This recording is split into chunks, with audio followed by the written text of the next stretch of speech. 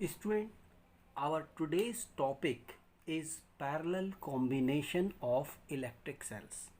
यानी कि हम इलेक्ट्रिक सेल्स को हम पैरेलल में हम उनको कनेक्ट करते हैं। तो मैं यहाँ हेडिंग अपना लिख देता हूँ, इसको आप लोग प्लीज़ ध्यान रखिएगा। This is parallel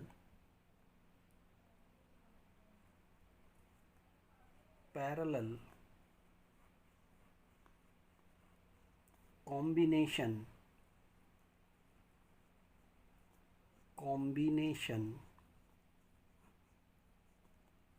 of electric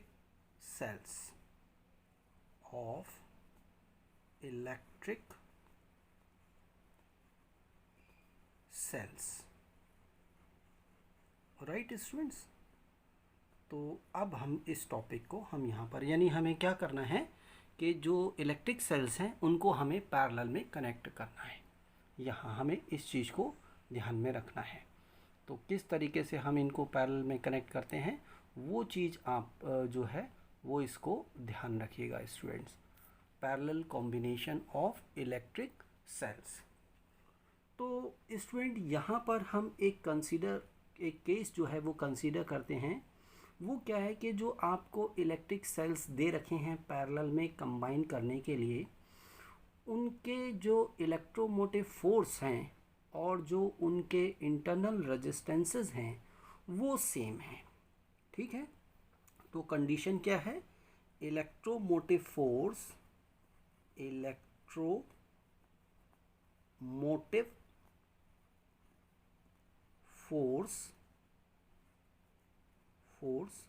and internal resistances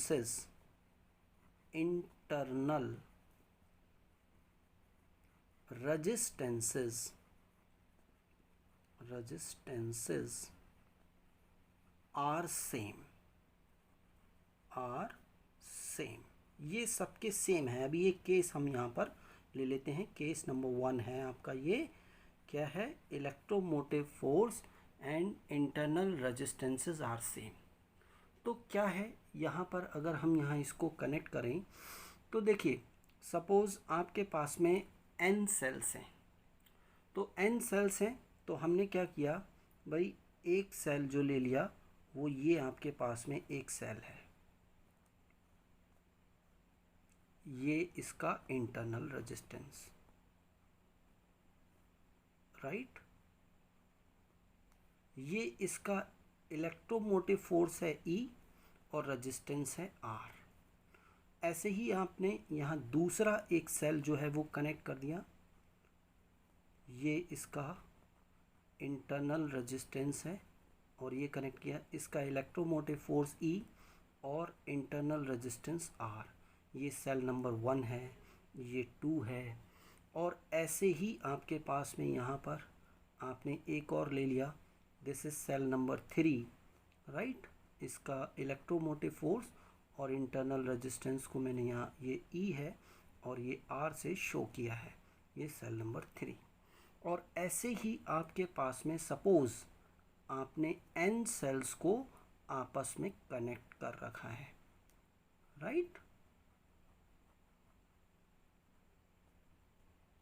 ये n सेल्स हैं, this is cell number n। इसका इलेक्ट्रोमोटिव फोर्स E और इसका इंटरनल रेजिस्टेंस R, राइट। तो this type of combination of electric cells is known as parallel combination. आप लोगों ने study किया है रेजिस्टेंसेस, रजिस्टर्स और कैपेसिटर्स को कैसे हम पैरेलल में कनेक्ट करते हैं, सेम वैसे ही हम यहाँ पर कनेक्ट करते हैं। मीन्स जो सेल्स हैं उन सेल्स के जो एक टर्मिनल है वो सारे एक पॉइंट पर और उनके दूसरे टर्मिनल जो हैं वो दूसरे पॉइंट पर कनेक्ट होते हैं। तो इस टाइप का जो कॉम्बिनेशन है उसको हम कहते हैं पैरेलल कॉम्बिनेशन। अब हमने क्या किया, इस पैरेलल कॉम्बिनेशन के टर्मिनल्स के अक्रॉस हमने एक लोड रजिस्टर जो है वो कनेक्ट कर दिया। मतलब हमें जहाँ पर ये कॉम्बिनेशन लगाना है वो हमने यहाँ पर इसमें लगा दिया, राइट स्टूडेंट्स। तो ये सपोज़ ये एक लोड रजिस्टर है और इसको हमने जो है वो इस तरीके से यहाँ पर कनेक्ट कर दिया है। ये आपके पास में यहाँ कनेक्ट हो गया, राइट स्टूडेंट, इसका रेजिस्टेंस है R। अब यहाँ पर आपके पास में देखिए, ये जो आपको सर्किट मिला है, इस पर्टिकुलर सर्किट का अगर हम जो टोटल ईएमएफ देखें, यहाँ पर मैं क्या देखता हूँ, टोटल, यहाँ जो टोटल इलेक्ट्रोमोटिव फोर्स है, टोटल इलेक्ट्रोमोटिव फोर्स, ये आपके पास में किसके बराबर है, दिस इज इक्वल टू, अब आप स्टूडेंट यहाँ ध्यान से देखिएगा, ये सब पैरेलल में कनेक्ट हैं। तो जब भी हम जैसे रजिस्टर्स को पैरेलल में कनेक्ट करते हैं तो उनके टर्मिनल्स के अक्रॉस जो पोटेंशियल होता है वो क्या होता है, सेम होता है। तो यहाँ पर भी क्या होगा कि जो इसका जो टोटल इलेक्ट्रोमोटिव फोर्स होगा इस सर्किट का, वो क्या होगा, वो E के बराबर ही होगा, राइट। अब यहाँ पर जो अगर मैं कहता हूँ, if the equivalent right internal resistance, internal resistance जो है आपके पास में of the combination of the parallel combination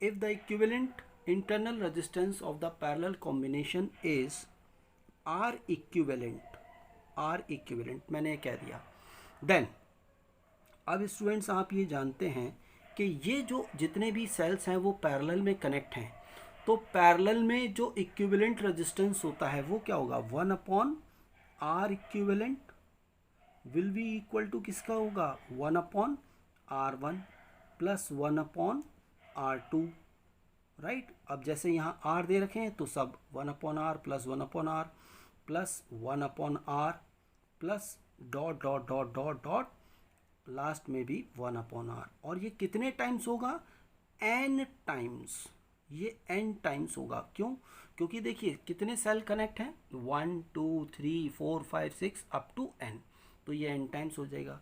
means 1/R equivalent is equal to कितना हो गया student, this is equal to, आप यहाँ पर देख सकते हैं इसको, n/R के बराबर होगा।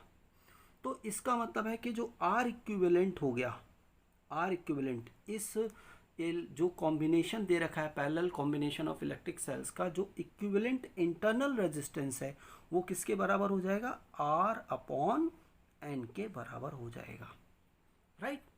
अब ये तो आपके पास में हो गया। अब आप यहाँ पर देखिए जो total resistance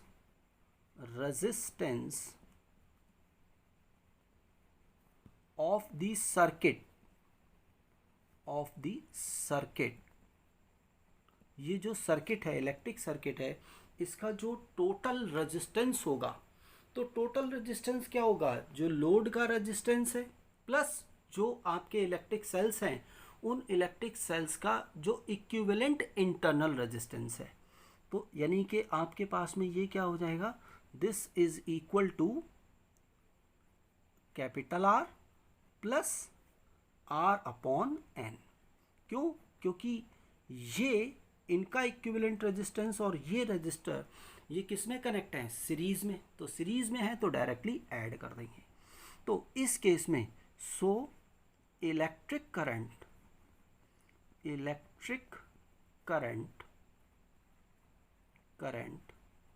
through the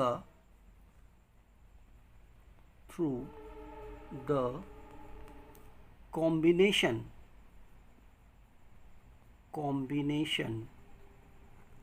will be, ये क्या होगा students, will be I is equal to आपका जो total electromotive force, total EMF electromotive force, in short हम ऐसे भी लिख सकते हैं, upon total resistance, right students. तो अब आप देखिए क्या हो जाएगा, I इज इक्वल टू ये हो जाएगा E/R टोटल रेजिस्टेंस कितना है, R plus R upon N. तो ये आपके पास में जो parallel combination of electric cells है उससे जो करंट फ्लो होगी वो उसकी वैल्यू क्या होगी, I equal to E upon R plus small R upon N. अब जैसे स्टूडेंट्स हमने सीरीज कॉम्बिनेशन के अंदर केसेस को स्टडी किया था, ऐसे ही हम यहाँ पर केसेस को स्टडी करते हैं। तो अब हम यहाँ पर लेते हैं केस नंबर 1, केस 1। तो केस 1 क्या है स्टूडेंट्स, अगर ये जो लोड रजिस्टर है यानी ये, इसकी वैल्यू जो है it is much much greater than R equivalent, R equivalent से ज़्यादा है, राइट, ये आपके पास में है। तो अब आप देखिए R equivalent means R upon N से ज़्यादा है। देन आई आपके पास में कितना होगा, I will be equal to E upon, अब ये वैल्यू ज़्यादा है तो हम इसको नेगलेक्ट मान सकते हैं, तो ये हो गया आर अपॉन आर, केवल आर ही रहेगा।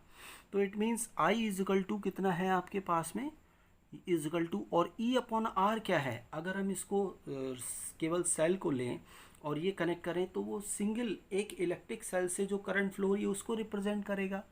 तो मीन्स आई इजकल टू क्या हो गया आपके पास में, इलेक्ट्रिक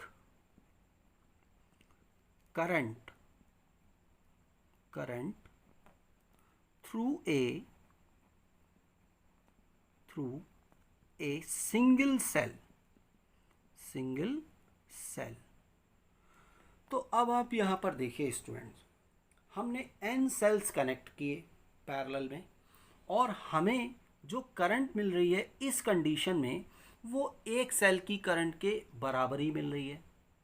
तो इसका मतलब है this combination is not significant. भाई इसका कोई हमें फ़ायदा थोड़ी हुआ, n सेल कनेक्ट कर दिए पैरेलल में और लेकिन करंट तो एक ही इलेक्ट्रिक सेल के बराबर मिल रही है, तो ये सिग्निफिकेंट नहीं है। तो हम यहाँ पर क्या लिखेंगे, this indicate that such combination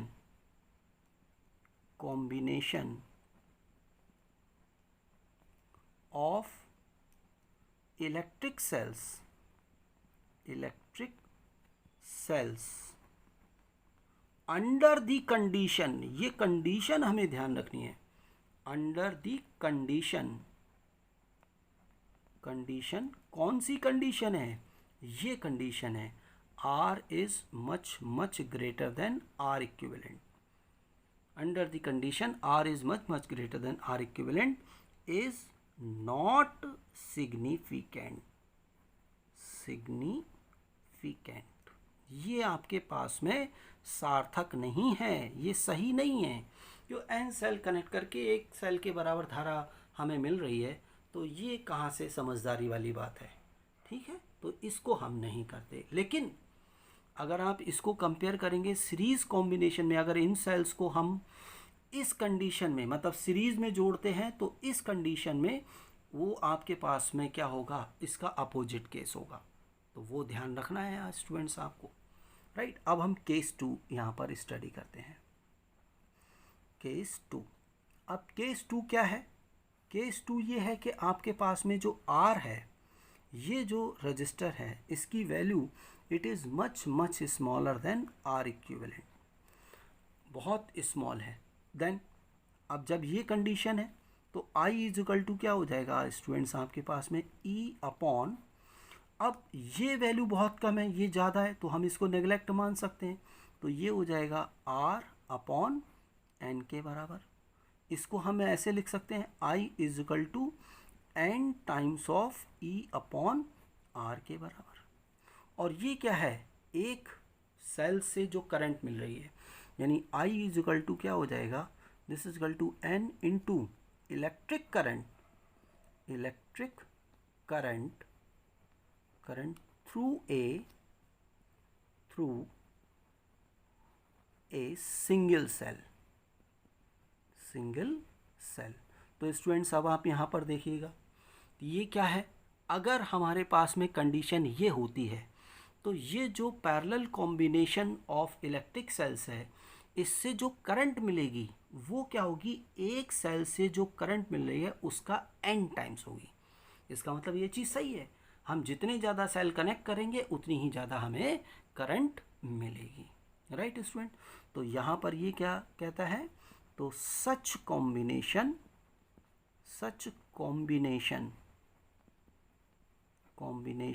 of electric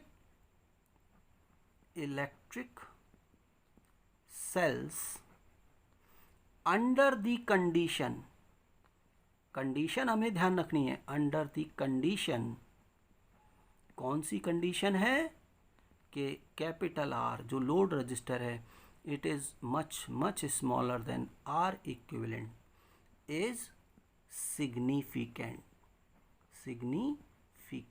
यानी ये सार्थक है, ये सही है। ऐसा सही है क्योंकि हम जितने सेल कनेक्ट करें और उसके करस्पॉन्डिंग हमें उतनी ही धारा मिले तो वो चीज़ हमारे पास में बेस्ट है। जबकि ये केस सिग्निफिकेंट नहीं था क्योंकि यहाँ जो करंट मिल रही थी वो एक सेल से जो करंट मिल रही है उसके बराबर मिल रही थी, राइट। तो स्टूडेंट आप इस parallel combination of electric sales को याद रखेंगे, इस पर बेस्ड न्यूमेरिकल्स मिल जाते हैं तो आप उन न्यूमेरिकल्स को आप अच्छे ढंग से कर सकते हैं। तो मैं अपने टॉपिक को यहीं पर ही रखता हूँ।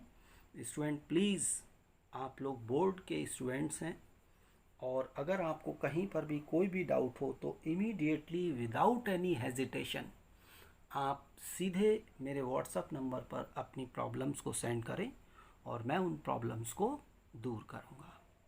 Okay students, thank you very much.